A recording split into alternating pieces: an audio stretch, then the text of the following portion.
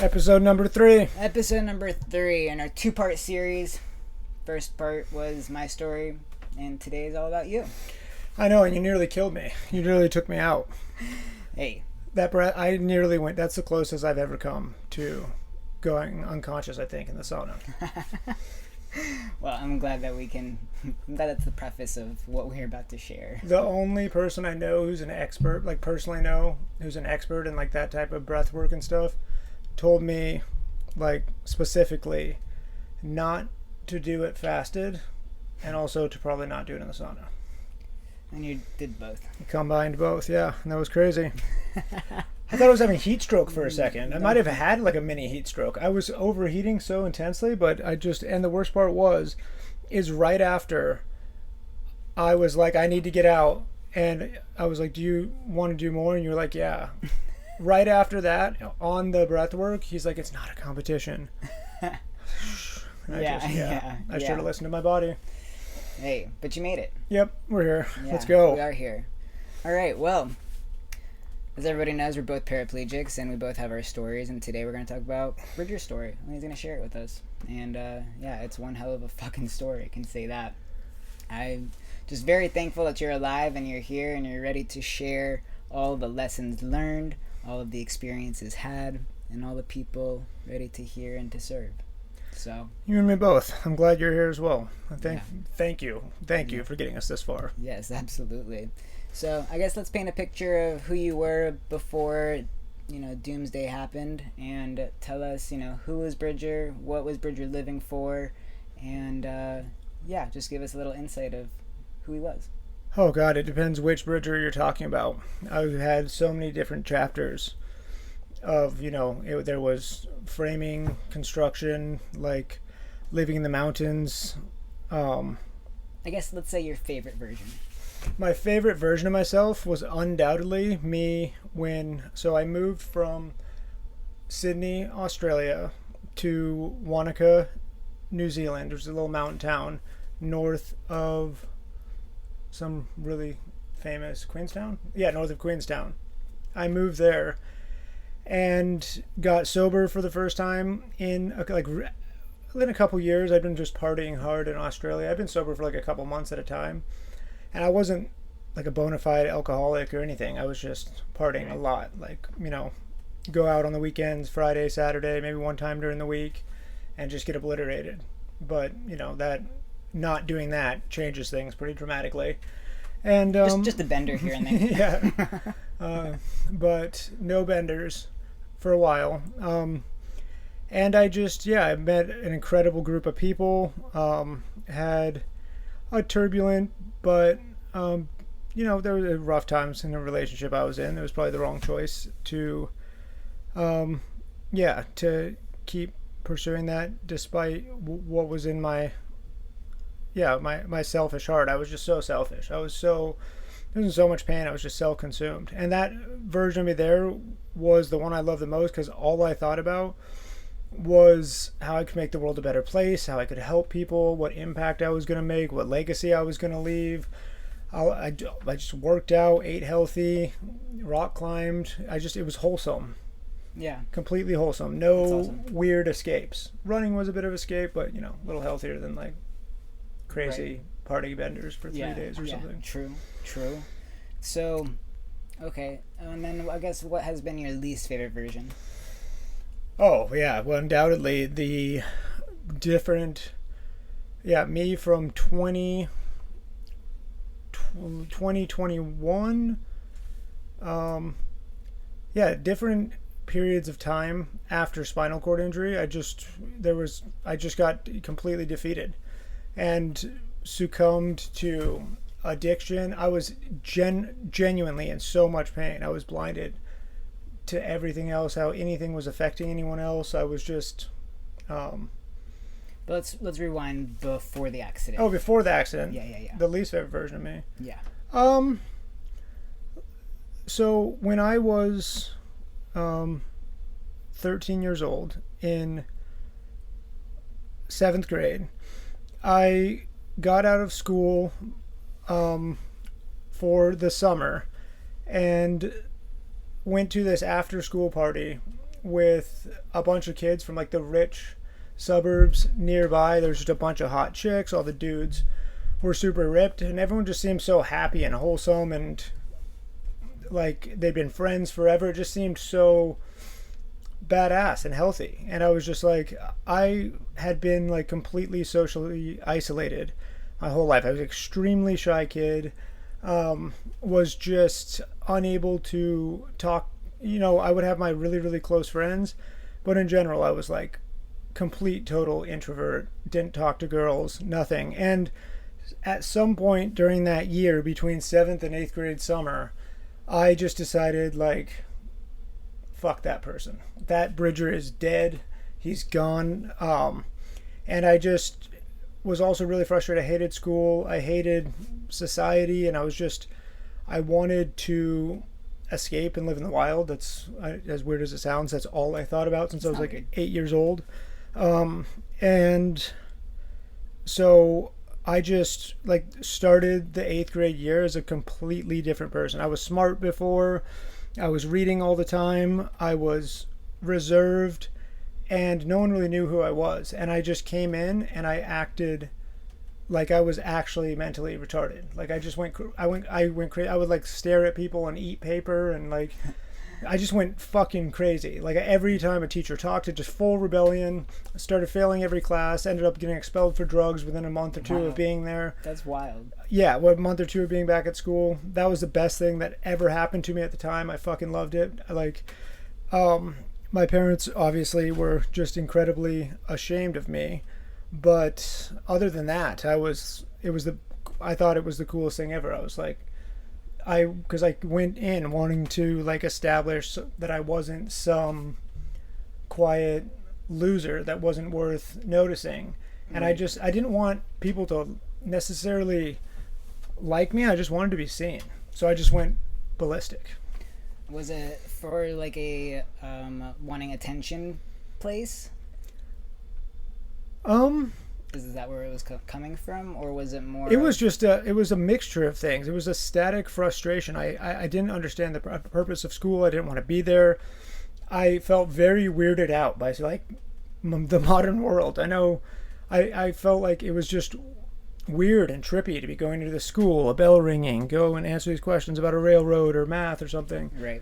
It just weirded me the fuck out, and I didn't like it. And then I found out about the No Child Left Behind Act, and I was like, wait, if you fail every single class but pass your test, you still just get to go on to the next grade? And I was like, so I just went ballistic. I was like, this is a joke. Yeah. So it was a mixture of things. I wanted attention.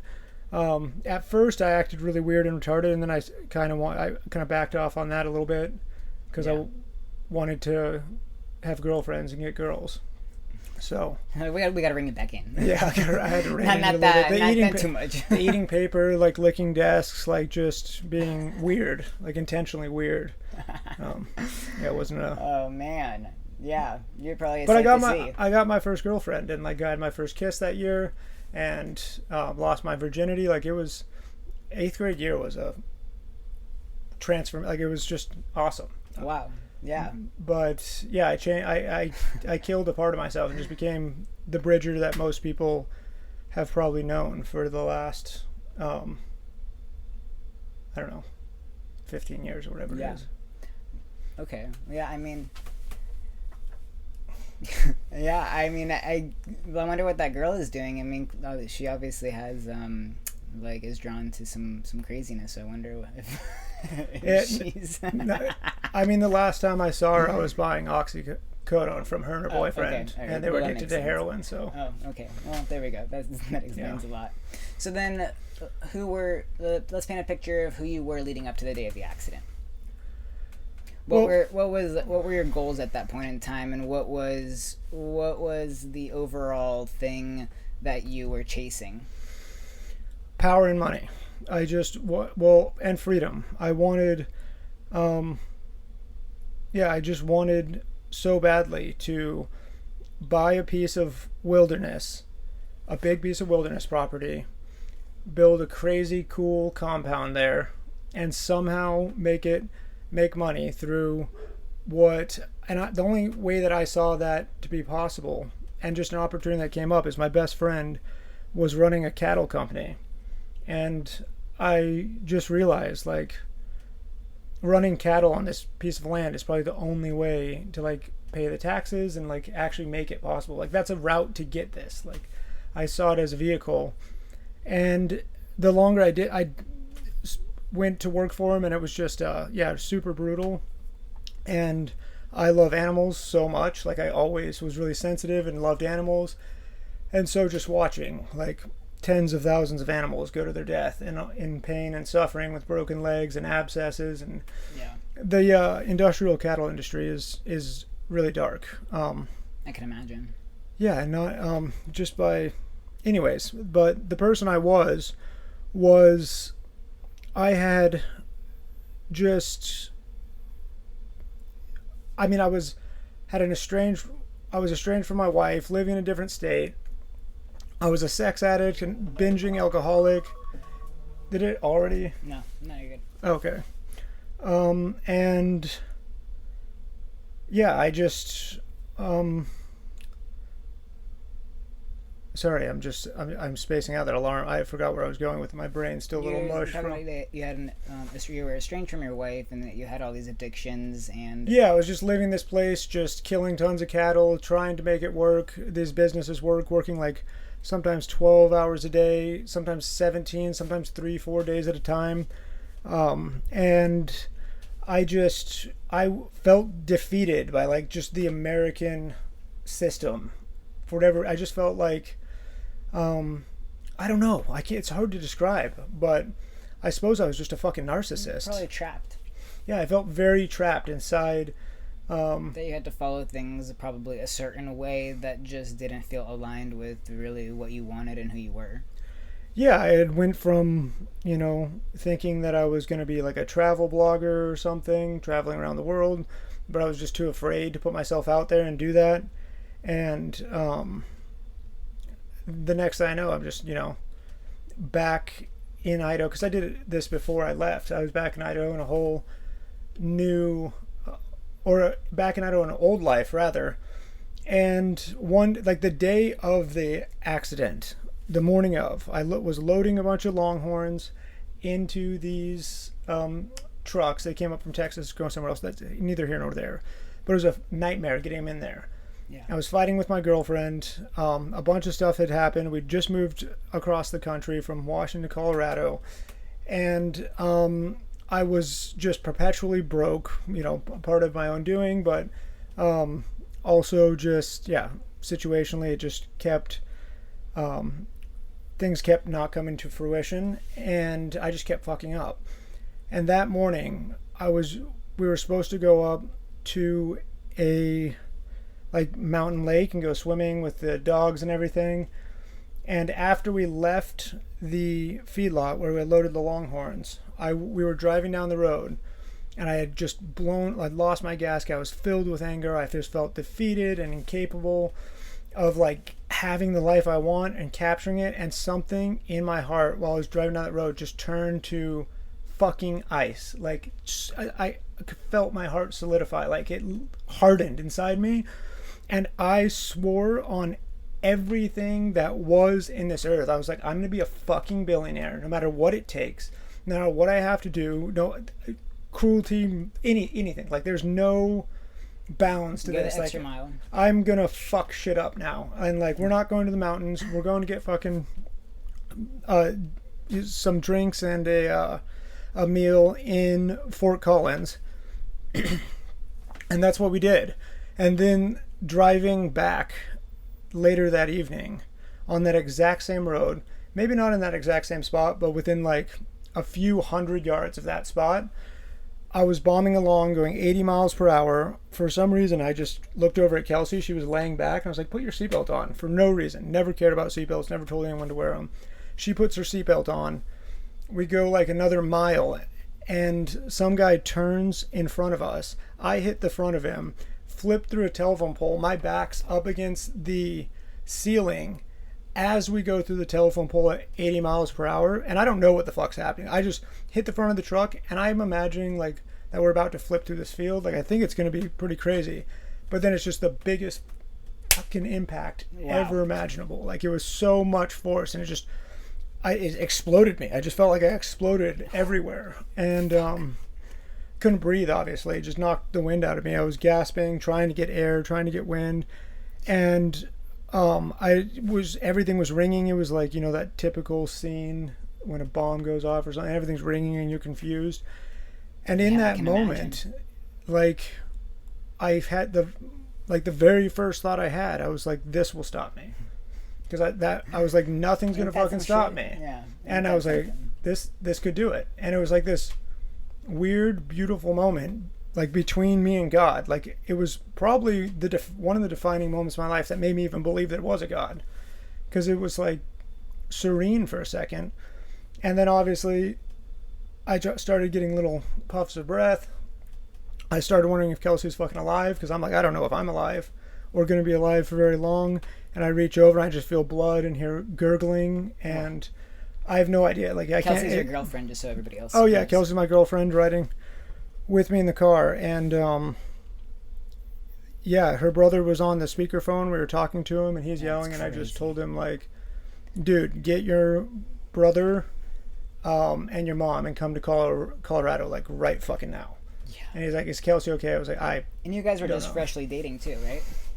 Yep. I mean, we had dated when we were younger, had like a really fiery fling, and loved each other a lot. And then I moved to Australia.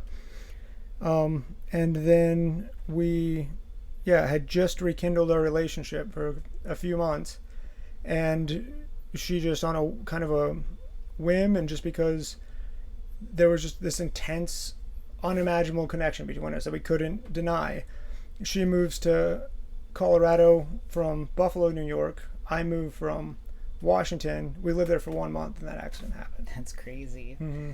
And the fact that you remember all of it too, that even blows because I can't remember anything from my accident, and so the fact that you remember everything from yours, I mean, I don't even know. Like, was there any? Do you think about it a lot? No, not really. I'll give myself credit for I dealt with the first 3 weeks of, like, and the initial accident in the car, and I dealt with all of it like a fucking champ. Like, I was fine. I was chilling with what happened. It was crazy. But I mean, it was like a continual downhill slope from there of how I coped with things, and like, I fucked up after that. But I'll give myself the credit, like, for the first, for a while that was happening and everything, I made them get Kelsey out first, and kept staying on the phone with Topher, and my insides were exploded. I was bleeding from the inside, and like, I was folded up over the top of my legs were up into the dash, and they had to, like, take me out. My whole body was gelatinous and moving, and I could feel all my bones. My spine broken like 20 places or something. Holy shit. Yeah. So how long were you in the hospital for? 3 months. 3 months. Wow, that's a long time. I was only in the hospital for 3.5 weeks. Mm-hmm. It's crazy. Did they ever put you in a coma or anything? No. Really? I mean, they, after, I don't know, 17 hours or something, they put me to sleep to give me my surgery. Yeah. And then you woke up after that? Yeah, they did it was like a 12-hour surgery, and then I woke up the next day. Wow. But I remember the ambulance ride and everything, and then they push some fentanyl, and then it gets a little hazy from there. I barely remember getting life flighted from Fort Collins, or from Greeley to a hospital in Denver. I don't remember much. But then I remember vividly, like, that's all kind of blurry and weird. I remember talking to people and everything, but I remember vividly, like, waking up after, like, in this fucking MRI machine. I was in this MRI machine forever with these blankets on. And I couldn't say anything because I was intubated. They intubated me in the ambulance. Oh. And because I ruptured one of my lungs. Oh, and it was, like, bleeding. Yeah. And I think they gave me like 6 units of blood or something in Greeley before they life. That makes sense. Yeah. Considering how much you probably lost. Mm-hmm.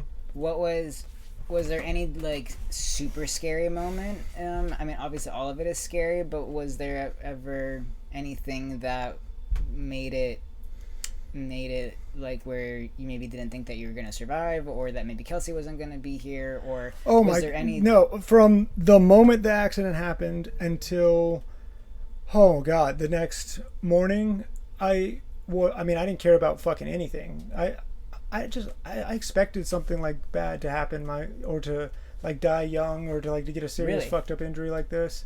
Wow. I always just kind of Yeah. expected it would happen to me someday. So, and once I woke up in the hospital, I was like pretty sure I was gonna like live. But Yeah. yeah, and no, I was like until I don't know, 12, 17 hours later, sometime right before I went into surgery, they let me know that like Kelsey's okay. Like I didn't know if she was dead. I didn't know if she was fucking brains were exploded. I mean, she had a broken neck. I fucking cracked her head open and had a really bad brain injury, but not like, Right. where you're have to learn to eat again and stuff. So I didn't know Yeah. that was yeah. I'm a narcissistic, selfish prick most of the time, but I was completely you know, concerned about her at that time. Yeah.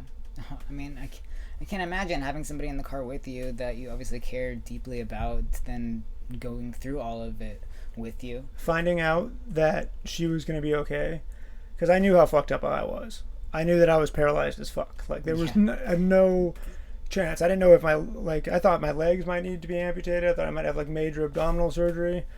Luckily, I didn't have to.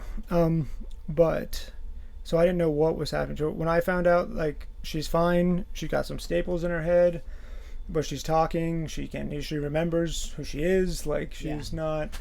Big That weight was lifted off your like shoulders. literally one of the best moments of my entire life. Yeah, big weight lifted off your shoulders for sure.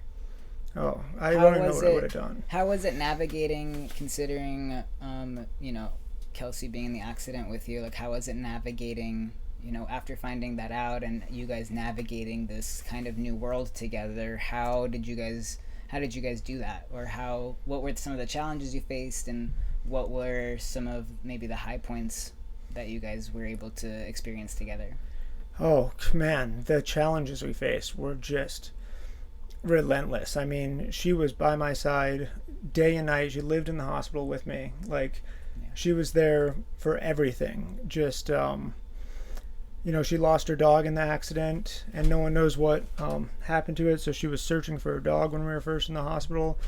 And I mean, the whole thing was just a fucking,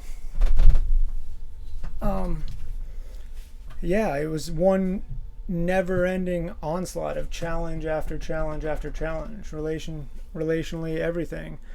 And we both, brought our own baggage into the whole thing. And man, your baggage doesn't get better when you're like fighting for your life and paralyzed.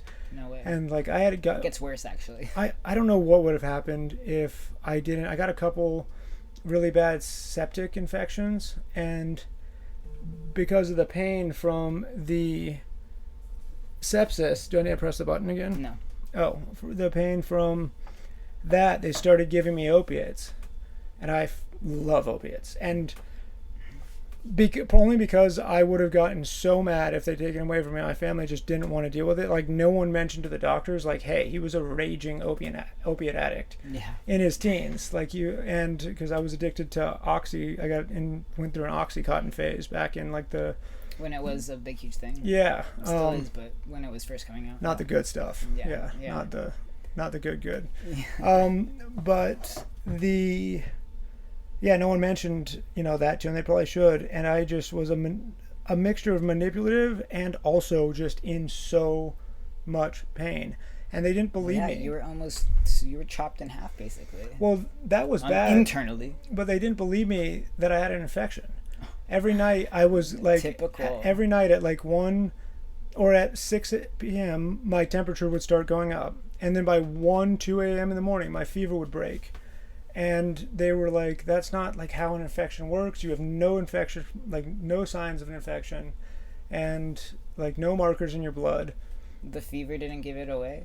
Well, they were like, I mean, it must be just your body being dysregulated from spinal cord injury.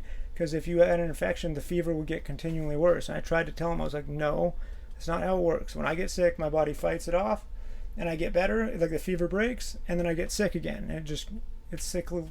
It goes in cycles. I don't just stay sick. Right. But they didn't believe Well, I me. mean, you know your body better than anybody else, so it's crazy that they didn't want to even consider that. They do not think Yeah. that you know your body in the hospital. It's really ridiculous. Yeah, and to be able to advocate for yourself and know, and then they still don't want to listen. I mean, it's a big, huge issue in our healthcare right now. You have to have advocates. If you don't have people that will advocate for 100%. you, I would have been so screwed. Like if I didn't I had teams of people and just droves of people there to help me and love me and be with me, and without that, I mean, I don't know how. I loved being in the hospital. Like there were some really hard times, but it was kind of like a vacation. Yeah. Well, I'm glad that yours was a vacation. I don't really remember all of mine, so I'm glad that you were able to, you know, at least feel like you were getting something out of being there, or that, you know, maybe that you felt like you were being taken care of in the way that you were meant to. I just didn't know that many people loved me. Aw. Like that. I really didn't know that many people cared for me Aw. or loved me. Like I was just, and the outpouring of how they treated me and everything. It was all my, most of my favorite people in the world all came to visit me and hang out. And Yeah, I love that. That's how I had a lot of people visit me too. It was nice because I mean, I'm sure, did you ever have anybody from like other floors, like other nurses come and like tell you that your room is a busy room at all, or oh yeah, there was like 18 people in my room every Yeah. night, like Yeah. we were partying. We got in trouble for like people were drinking and shit. Like, yeah. That's amazing. I love that. That's awesome. Yeah, the hospital rocked because of the people that loved me. And I also, like, even when I was in between my surgeries, I woke up from the first surgery and they didn't close my back up because they had to then I had to do another surgery the next day to remove like a bunch of muscle and reshape all the muscles. Like a neurosurgeon went through, then like a plastic like expert burn surgeon Wow. had to come and like rework all the muscles and take some out and shit. What was your least favorite part in the hospital?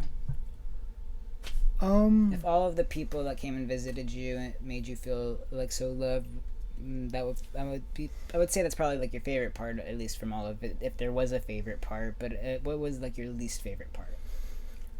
Or like, did anything happen in the hospital that really stood out where it's kind of traumatizing?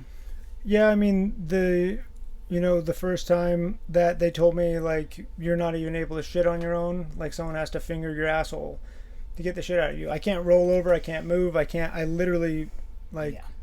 I can't sit up. Like if I want to turn at all, like a team of people have to come move me. And getting rolled over on my side in the fetal position and having like this big Mexican lady Bertha just aggressively finger shit out of my asshole was like a pretty humbling moment. Oh Like man, I was know. thinking there in the fetal position and I was like five days ago, like you were deadlifting 400 pounds. Like this is fucking, like literally, like I was, what the fuck? Yeah, This is humbling. Like, yeah, it makes you rethink everything. Mm-hmm. Yeah, I know, I understand. I had a question, but it just slipped my head. How was the transition from being in the hospital going into rehab so that you would be able to essentially like fend for yourself when you got out? I mean, I went to Craig Hospital and it was fucking awesome. Like it was lit. It was like a luxury. Through you, I've heard that they're amazing. It was literally like a luxury hotel. Like, yeah, me and Kelsey had a huge own room, eventually a double bed once I was healed up enough, and all my family could hang out. They would put beds in the room and multiple people would sleep with me. There's like a cafeteria. Wow, that's amazing. I mean, I was grateful and I knew it was special, but looking back and like learning and having talked to other spinal cord injured people, it was so dope. I know, you said it was like a camp that like they taught you how to live life in a wheelchair. Well, you got there and the first thing they had a round table of people, your own occupational therapist, physical therapist, driving person, like that's going to teach you how to drive, like while you were sports there? and That's insane. recreation, insurance, Wow. Medicare, Social Security, a round table of people and doctors that are all focused on healing you for the months that you're there. That's amazing. Oh, it was so awesome. That sounds like a beautiful experience, and to at least make you not feel so scared being, being paralyzed and in a wheelchair. Yeah. I mean, I guess did you have any fear at all, like while you were going through this whole thing, as far as like how life in a wheelchair is going to be like? Oh yeah, yeah. I mean, I did. It was there. I was pretty good at like blocking it out and pretending it wasn't. Yeah. What was the most underlying fear? Not being able to come. That was huge. Like that was a huge hitter to me. Like, yeah, that obviously wasn't the biggest one, but I mean, that was a sad realization. I don't know, but on a serious note, I mean, yeah, I was just I just had I had a lot of FOMO and fear of like I mean, I had a ton of fear around like what Kelsey thought of me and like being inadequate and not enough. Like I had the most just shame. I tried to break up with her, obviously, right when it happened. Like told her, "There's no fucking way you can't do this with me. You have to leave." And I just wasn't strong enough to say no when she said she was going to stay, even though that was probably what I should have done, for her sake. Just because, like, fuck, this is, you're going to walk away from this. I can't. And she chose to stay. I know, but with, like, underinformed on how we had only, really known each other for a few months, Right. So.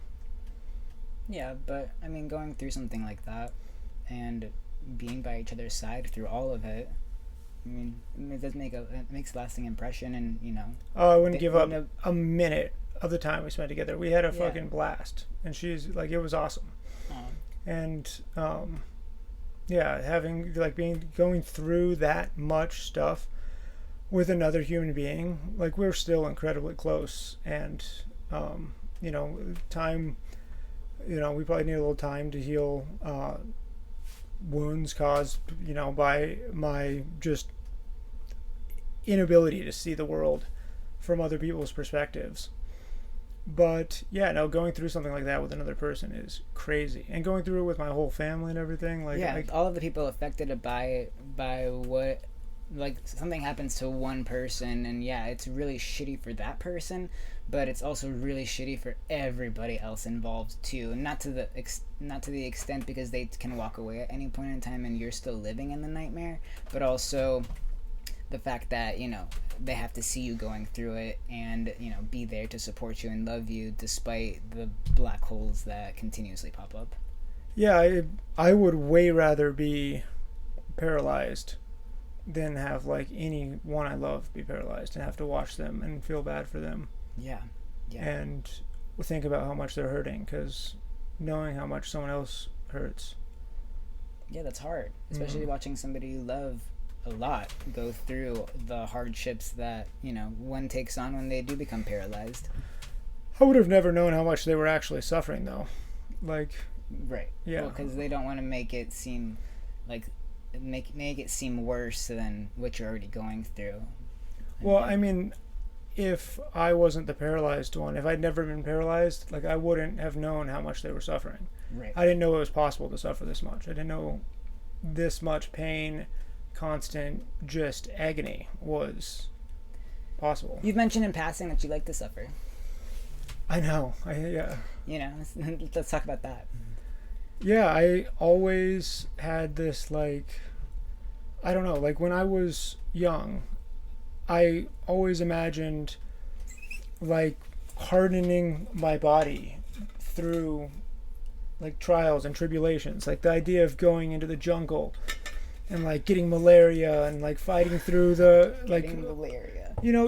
Just being ravaged and like living having through to fight instinctively, like instinctually. Living through things and your body just hardening up over time. Like when I became addicted to Oxycontin when I was in high school, it was like intentional. I was like, I want to become an Oxycontin addict. Like I want to be a drug addict because I liked. That's wild. I liked the raw, like I liked the idea of just being like living a wild, chaotic life where your body's ravaged buy a substance, but you just party through. Like, I don't know. It's a weird thing. That's and then crazy. like when I would work, you know, the first job I ever got, like this guy asked me to like install this fence, and thinking it would take me weeks or whatever, and I just for like 12 hours straight just pounded fence posts until like my palms came off and I was bleeding through Holy these shit. gloves.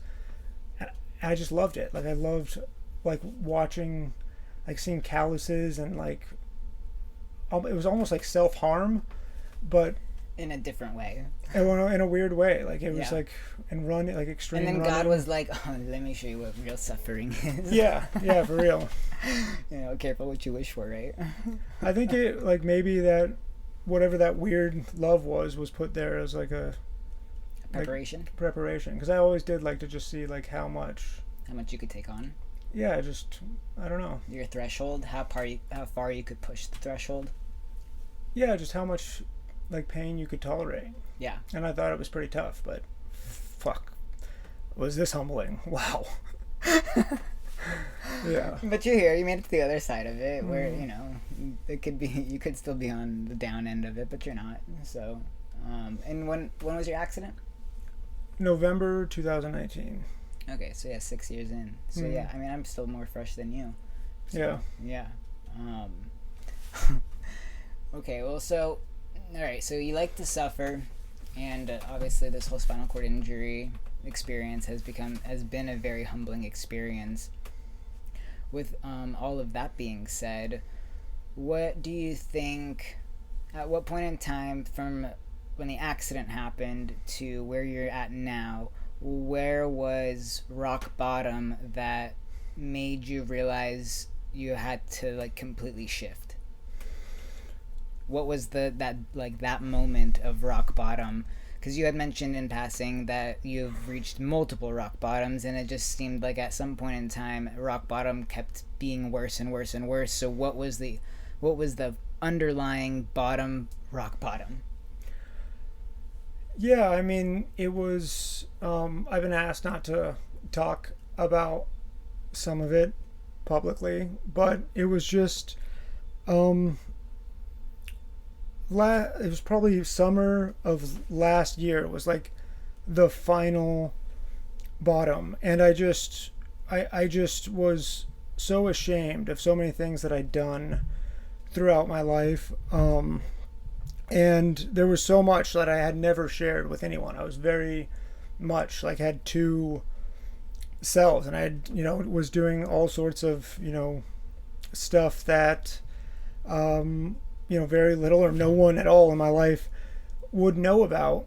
And I was at a music festival and just had this really intense experience on ketamine where I just felt like reality fractured. Everything just, reality broke. I didn't know what was real and not real. And all I knew is that I had to, like, there was just this super intense urge to just get these, like, all of these lies out, every lie that I'd ever told.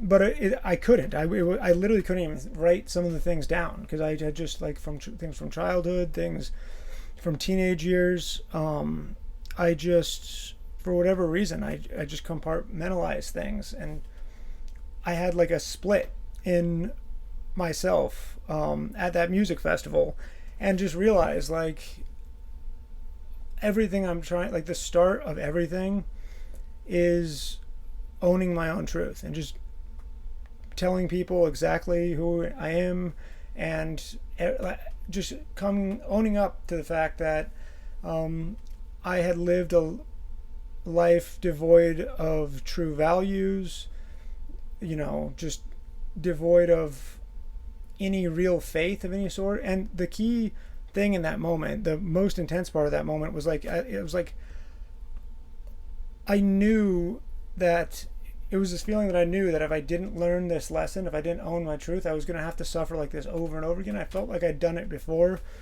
as well. And then I also had this really intense feeling of just love for everyone and connection with everyone and this oneness. And I realized for the first time in my entire life, So rewind. The day before, I met up with this girl.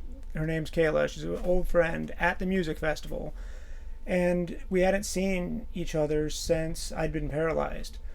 And she poured so much love. Like she was so grateful, and I'd never felt someone in such a state of gratitude and love for me ever. I'd literally never. I didn't even know it existed. This girl was just emanating this like intensity that was so much that whatever happened, like it reflected back on myself, and I saw the broken, rejected child that I had pushed away forever. I saw that part of myself for the first time, and for the first time in my entire life I loved myself completely. Oh, I love that. So that happened the night before, and then so yeah, that was like, that era was the final rock bottom of just being like, I've lived in this cycle over and over again. I keep starting things, doing things, I just keep failing because I don't believe I deserve love, because I'm not giving anyone the chance to love me. I'm not telling them who I am. And I think if they know, all the parts of you, and they still love you. Yeah, I just never shared all the parts of me with anyone. I'd never truly opened up to another person. Because of the fear of them not loving you? Yeah, it all stemmed from, I had like a really light molestation when I was 5 years old. Like, this neighbor kid basically just rubbed his naked body on mine and told me that we'd had sex.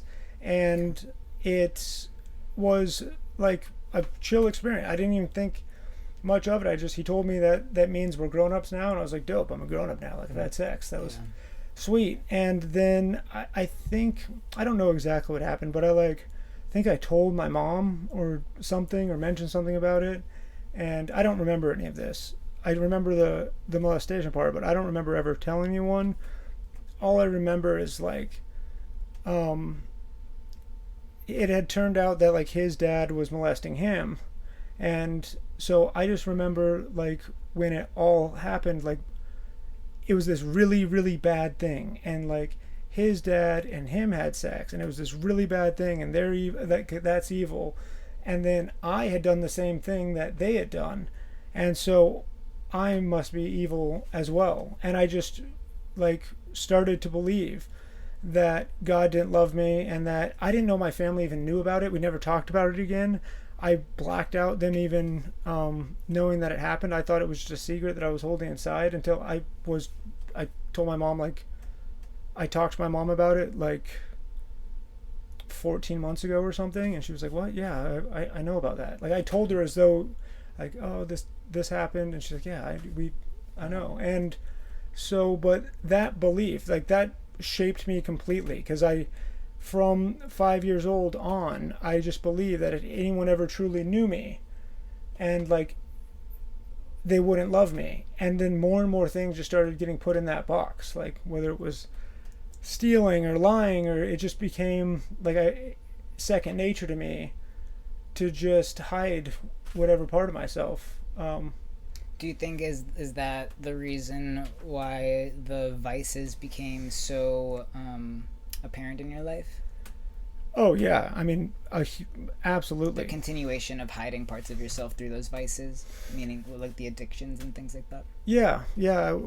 I think, I'm sure that it had a huge part of it. I just felt alone forever, since as long as I can remember. I just had really believed that like God didn't love me, and that I was destined to go to hell.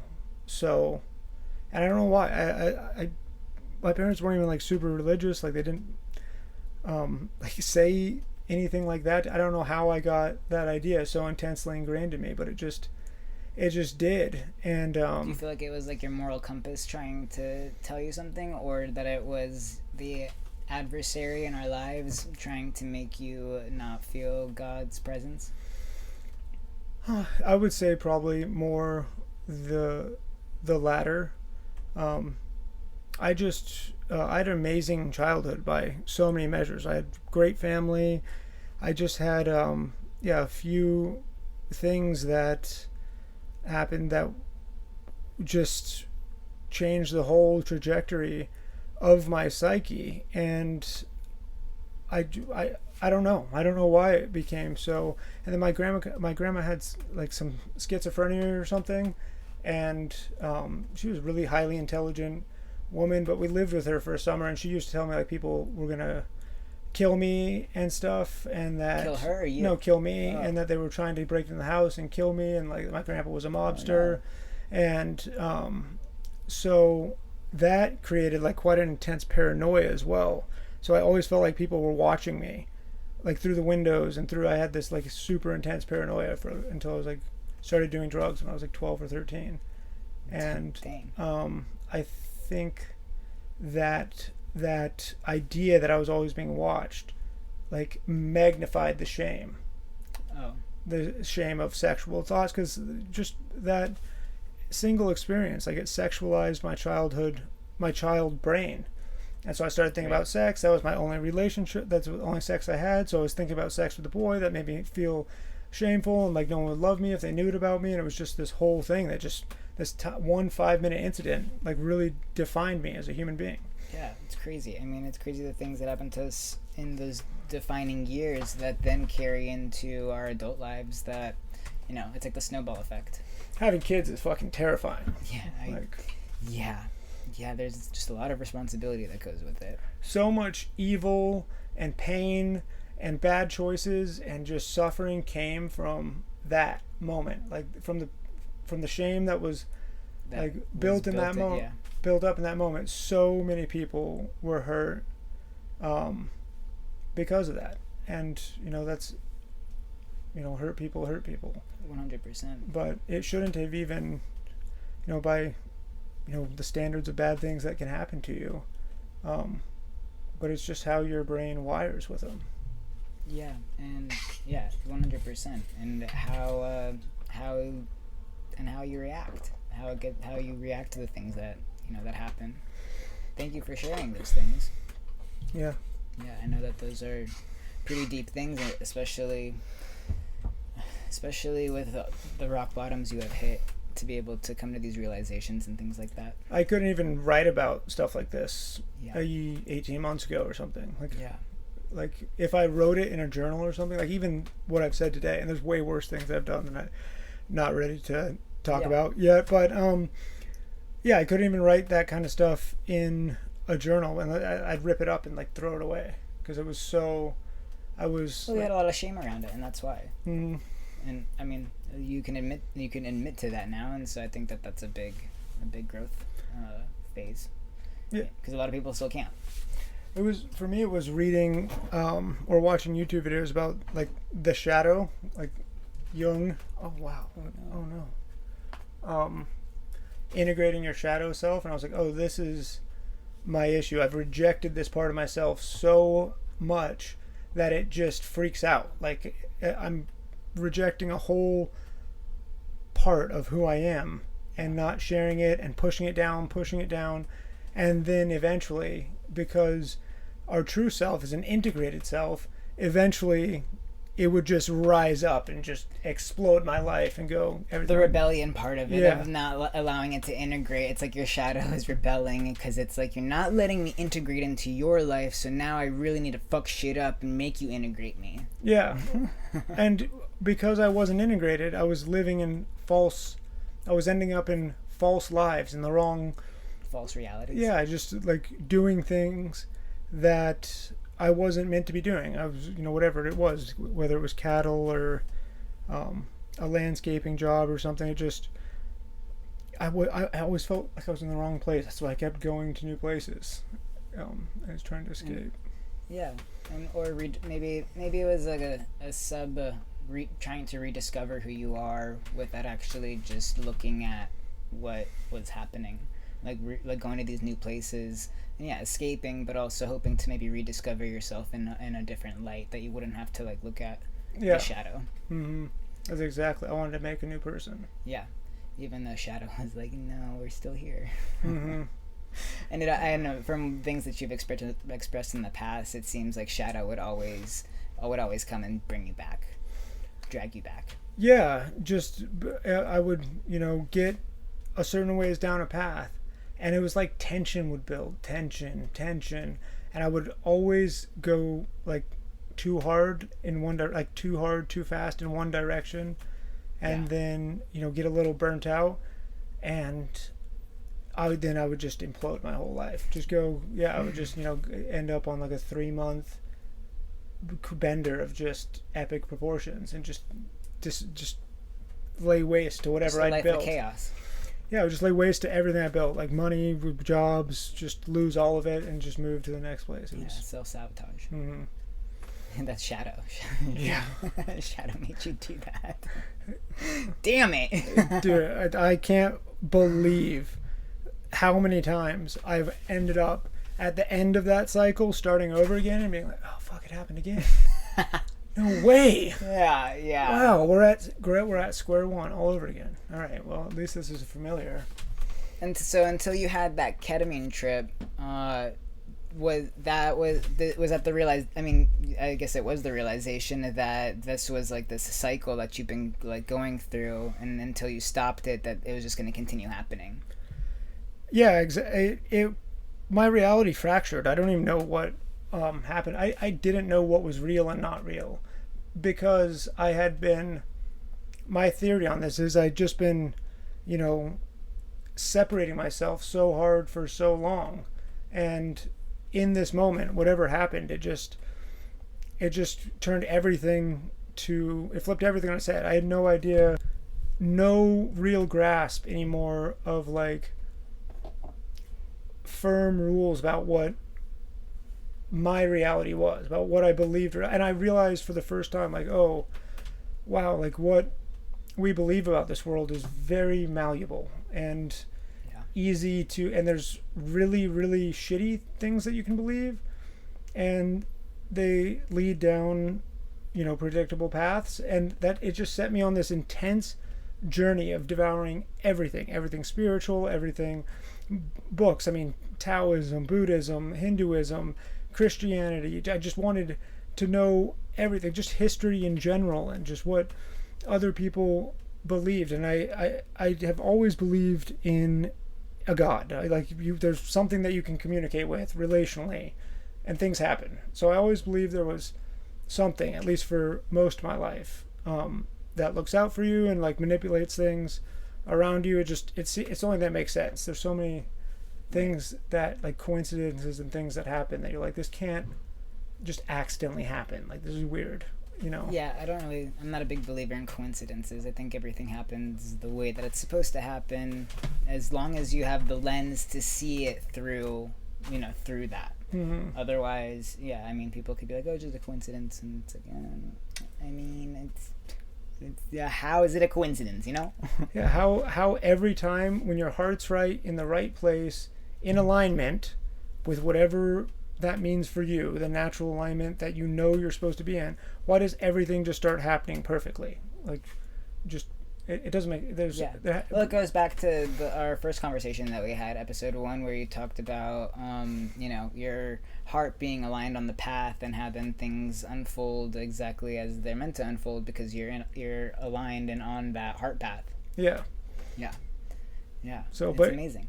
It sent me on this journey of like just really, really seeking, and trying to understand everything and trying to figure it out. And I really wanted to expose all the lies that I couldn't talk to people. I just was so closed off. There was just so much I wouldn't share or talk about with literally anyone ever in my whole life. And I wanted to unlock that. So I just, sought therapy, read every psychology book that I could, and, did all this, spiritual seeking and everything. And it was really strange. December 12th, 2024, I smoked some DMT for the first time in my life, and it was not like the craziest. I mean, it was crazy and profound. Like I basically disappeared into this nether dimension where like there was just this soft, loving whisper of like, and all of this beauty. Like it was like I left Earth and was like in this beautiful place, and there was just this whisper like, you don't need to know. You don't need to understand. Look at this. It was the craziest shit I'd ever seen. Like multi-dimensional, geometric, like nuts. It was, and this voice was just like, you're never gonna understand. Just like love it and enjoy it and have fun. And we don't even really understand why it's this way. And and I came back, and it was just like the brakes got pumped on my life for the first time ever. Like the brakes just got, everything stopped. And I was just like, oh, this is all just meant to be enjoyed. And like, yeah, like who, like what's it on, or who are we to figure everything out? Yeah, I'm just getting more and more fucking confused. The more I try to figure out, the less I know. I always rebuttal with, you know, how do we explain God's work? Because you can't really explain his work. No, I mean you can't, and there's so much that defies any human ability to explain. And like my goal with traveling around the world was to talk to as many people as I could and ask them like how to be happy and what the purpose of life was. Yeah. And I did that. I talked to tens of thousands of people from all different walks of life and, you know, 20 different countries, and you know, discovered like people are fucking nuts. They're completely crazy. People believe the wildest shit. Yeah. No one you talk to doesn't believe something so crazy you could never fucking believe it ever. Every person, if you get to know them well enough, believes at least one thing that they could never convince you is real. And so our realities are just completely defined by what's inside us. And I discovered, like, for me at least, I was just like, I'm going to pick a reality that works. And I had some affinity to Christianity just from the breathwork sessions. Like that was my only connection, like loose connection to Christianity. I was doing one of those breathwork sessions in here, and I was just like, for no reason, was in so much pain. I had just revealed a bunch of betrayals and horrible things, and like told family members and people about like just shit that I was really, really ashamed of. Yeah. And it was like a deep rock bottom. And I just said, you know, all right, like we were doing one of the breathwork sessions, and I can't remember what it says. Like Christ, the power of Christ, like what does it say? Anyways, it was talking about Jesus, and I was like, okay, if you're real, like in this moment, I'll accept you. And it was just like when a hypnotist like hit someone and they just, and I just dropped into this like abyss of never-ending perfect love. Like it was so profound, powerful, and otherworldly. I was completely sober, just in the afternoon doing breath work. Had do that all the time and have like intense experiences. This was magnified like 100,000 times. Right.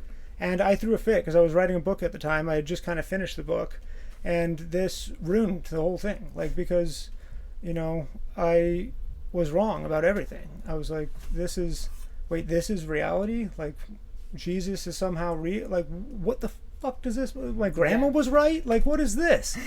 And I didn't know anything about Christianity. I know a lot more now. And then like after that, I went and threw myself in the pool because I was like, it was such an intense experience. I was like, all right, I guess I'm trying this out. Like reluctantly, I'm not going to tell anyone about it. Like I had like this shame, like this really intense I believe so many other crazy things that I'm willing to share, but this, like, somehow I'm just ashamed of one of the most common beliefs in the world. But anyway, that's. Do you think you were more ashamed of the fact that it took you this long?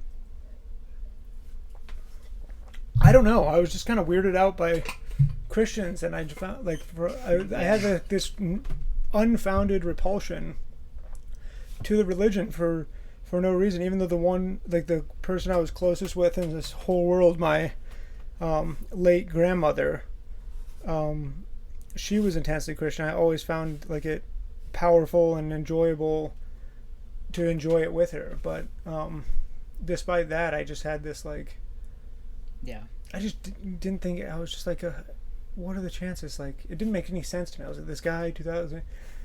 none of it made, like, I was like, why would you have, like, why would I a thought, like, why would I be able to have that real interaction?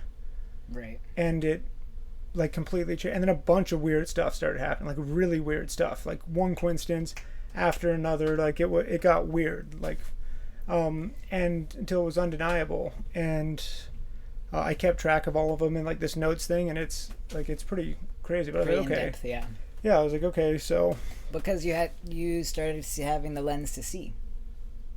Yeah. After that moment, it's as if like the outer lens of how you were seeing life was shattered, and now you could see the lens that God has been trying to allow you to, or make you see. Yeah, and then immediately my life got better in every single way, every day. That's amazing. Better and better, like, and I still don't know anything. I still barely know anything. You know, I just mostly listen to YouTube videos, to be honest. Right. Yeah.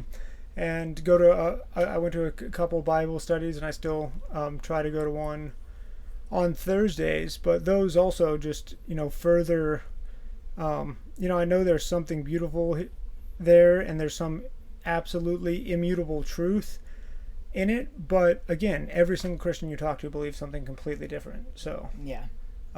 It's just our own journey. Yeah, it is our own journey, and it's finding ones that resonate with, you know, similar beliefs. Mm-hmm. Yeah, as much alignment. Yeah. As possible. And that feels right, like in your heart, versus trying to make it feel right. Yeah, it was every single, you know, even, you know, though I went through a breakup and all this stuff, like, it's still, my relationship was healthier. Everything was healing. I can't believe, and I wasn't doing anything different except for pursuing this path, like, super skeptically. And somehow, like, just magic started happening, like. Yeah, because you were, again, the lens was there to see it, and the more that you were able to see, the more evidence that you gained, the more you started trusting that lens. Mm-hmm. Which is beautiful. You know? Yeah. And I think a lot of people miss out on opening that lens up because of, you know, fear of whatever, or. I had maximum resistance to. Yeah. You could have told me, like, some. I would have been more likely to believe, you know, that we're living inside a simulation or a video game or something like that. Yeah. Like that, I could have easily believed that, but specifically, like, just Jesus. I was just like, I don't get, but now I get it. Like, now I actually read the story, I was like, oh, now I get it. This makes. Yeah. Yeah. Like, the world's fucking weird. There's magic everywhere. This is a weird thing to have happened, but it's real somehow. I don't know how or why, but it works. Yeah. So. Yeah. Oh, I love that. I'm glad that you've had that experience, and that I'm glad that your lens is open, so that you can actually see, you know, because obviously the things that have happened to us in our lives, we could have become very jaded people and been very hateful towards the world, but because, you know, we left our hearts open, maybe it took a while, but at some point in time, that because of that, we were able to open up our lens to see, you know, the beauty that actually is in front of us, versus just being attached to maybe our physical bodies and things like that. Yeah, I went through waves of being jaded and hateful and resentful. I just didn't have any control of my emotions after the accident, as far as, like, you don't know even what you fucking feel anymore if you're just not sleeping, in constant pain. Everything hurts, bowel, bladder problems, like, you're pissing yourself all the time. Just, you know, I fall out of my chair and it takes me 20 minutes to get back into bed or something. Like, just fucking suffering. Yeah, and a different kind of suffering. Oh, I just had no idea that, you know, hell existed on Earth. Like, it really can. Like, you can suffer bad. Oh, 100%.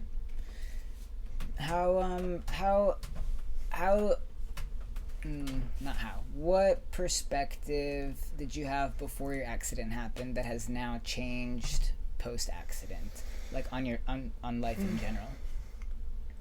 Like, has your perspective shifted on life, or has it maintained? Well, the main thing is that some consistency.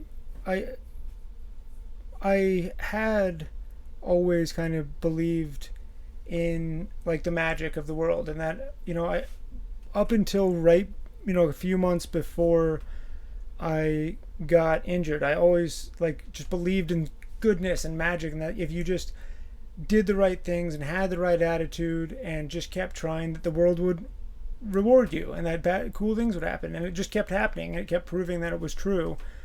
And then I started thinking, like, something changed. I started thinking the world's like a hard, mean, bad place, and you have to take what you want in it. And that perspective shifted, and I just, I really did become evil. I just wanted to have power and make money. Yeah, and just take, like, power and money. And so as soon as the accident happened, like, immediately my perspective was like, okay, no, it is all magic. Because I had a weird, like, panic attack like 3 days before and knew that I wasn't supposed to do this, and then just sealed it in stone. I was like, why would I have that panic attack? Yeah, true. Because you never had panic attacks prior? No, never. This was like fucking. I was in a hotel room down in southern Colorado. I can't remember that town. And like, I ate like a 5 milligram weed gummy or something, and my heart started beating. And then I was driving back to my hotel. And by the time I got to my hotel, I was just like sweating, and my heart was beating. I went inside, and my whole life flashed before my eyes. And I was doing a bunch of shitty stuff, so like cheating, lying, just, yeah. I mean, mostly in, relationships with, like, women that I loved and stuff. And so all of that just flashed before my eyes. I knew exactly what I needed to do, that I was off pace, and that I should be doing something creative and sharing love and beauty with the world. Instead, I'm just killing shitloads of cattle, like, and I knew, and it was like my heart literally was beating like 220 beats a minute. Like, I felt like I was having a heart attack for like 45 minutes, like in bed, curled over, and I just couldn't stop seeing everything clearly. And then, I knew that I was gonna quit the cattle industry. I was gonna change everything in my life. And then 3 days later, I lost my temper, sealed in stone that I was going to be evil forever, and then boom, paralyzed. So I was like, okay, there's something here. Something's happening. Yeah, something's happening.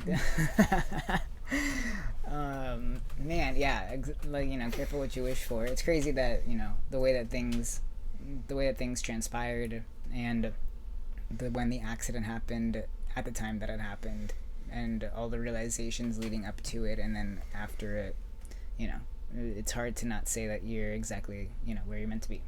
Yeah, it's so important to remember that. 100%. I forget all the time. Yeah. I mean, it's hard not to, or it's just hard in general. From what was to what is, what's the mission now?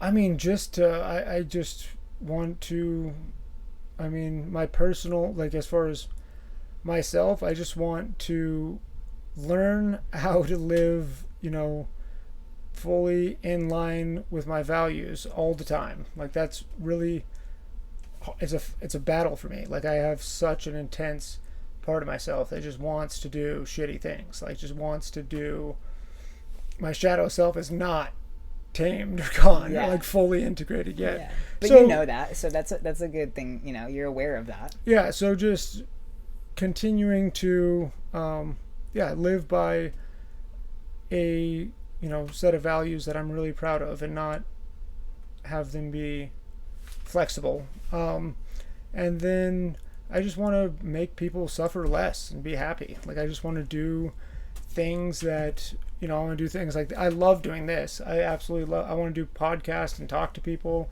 and just do anything that I can to just alleviate the suffering in other people. I just don't know how to do that yet, I guess, but that's what's in my heart. I just want, like, I feel so much pain all the time, and I just would really hope that I can build some things, whether it's, getting this adaptive surf team up and going, and getting paralyzed people out surfing and stuff, but like, multiple things. But I just want to do things that build people up and make them happy and enjoy this gift. Remember to be grateful, and just chill. My whole life was chaos and like fear, and just remembering to pump the brakes, chill, and just enjoy the people that I'm with. Oh, I love that. I think it's not so much about, that's the intention in your heart, and being followers of Christ. We don't have to worry about the how, right? That leads back to, we don't have to figure out how everything works and how this and how that, because we set the intention, we align our actions with the intention, and if it's meant to happen and it's aligned with God's will, then it's bound to happen because that's what he wants. It's so hilarious. I can't believe that the answer to all my problems was just stop trying and trust. Like, work really hard and do the things that you need to do right now, but don't worry about it. Just do it, and like, it's gonna work. Yeah, surrender. And that's one of the hardest lessons that I know we've both had to learn, is just surrendering to the process and trusting that, we might not know how it's going to work out, but we're going to trust it's going to work out as long as we are meeting God in the middle. Yeah, I can't. As soon as I started doing that, I would have, different battles of, like, not being able to trust, like, cataclysmic, like, money problems and house problems, and, like, no idea, like, how I was gonna, make something happen. And I would worry about it for a week or 2 weeks, and I would just tell myself, no, just trust. And then as soon as I really let go of it and trusted completely, it was like, boom, then it's fixed. Idiot. And it's hard to get to that point. It's hard to get to that full letting go.